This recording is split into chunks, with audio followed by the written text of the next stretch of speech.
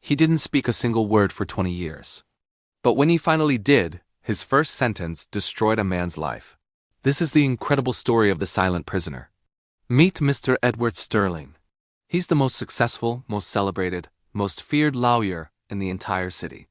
In a career spanning 30 long years, he has never, not once, lost a single case. He's a legal titan, a legend in the courtroom. But today something is different. Today, as he sits in a cold, sterile interrogation room, his hands are shaking. The legendary composure is gone, replaced by a tremor he can't control. Across the steel table from him sits Arthur Vance. For 20 years, Arthur has been locked away in a maximum security prison. And for those same 20 years he has not uttered a single word.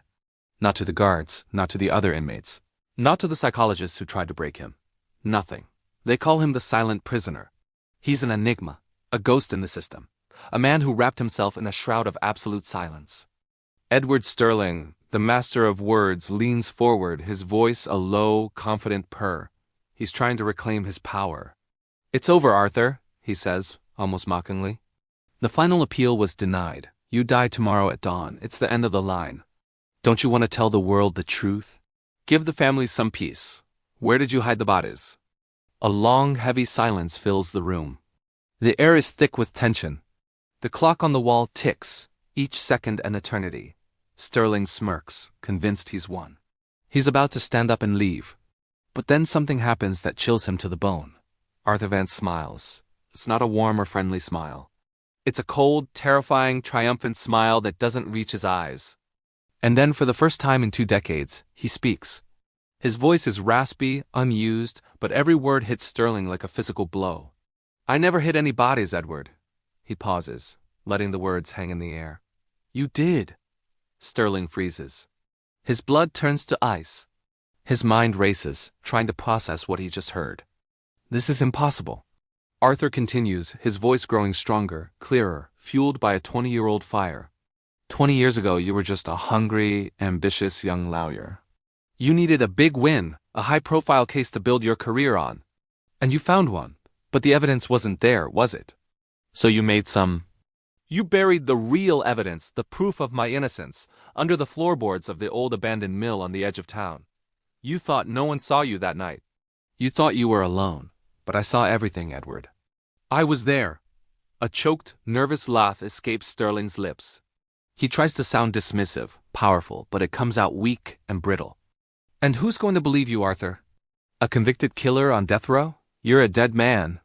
Tomorrow morning, you'll be gone, and I'll still be the greatest, most respected lawyer in this city. Your words are meaningless. He's trying to convince himself as much as Arthur, but Arthur's smile only widens.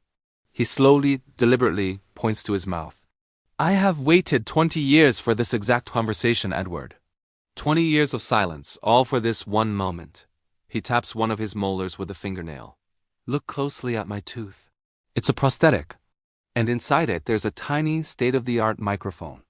This entire room, this entire conversation is being broadcast live to the police station right now. Just then, a faint sound from the distance pierces the silence of the prison. It grows louder and louder.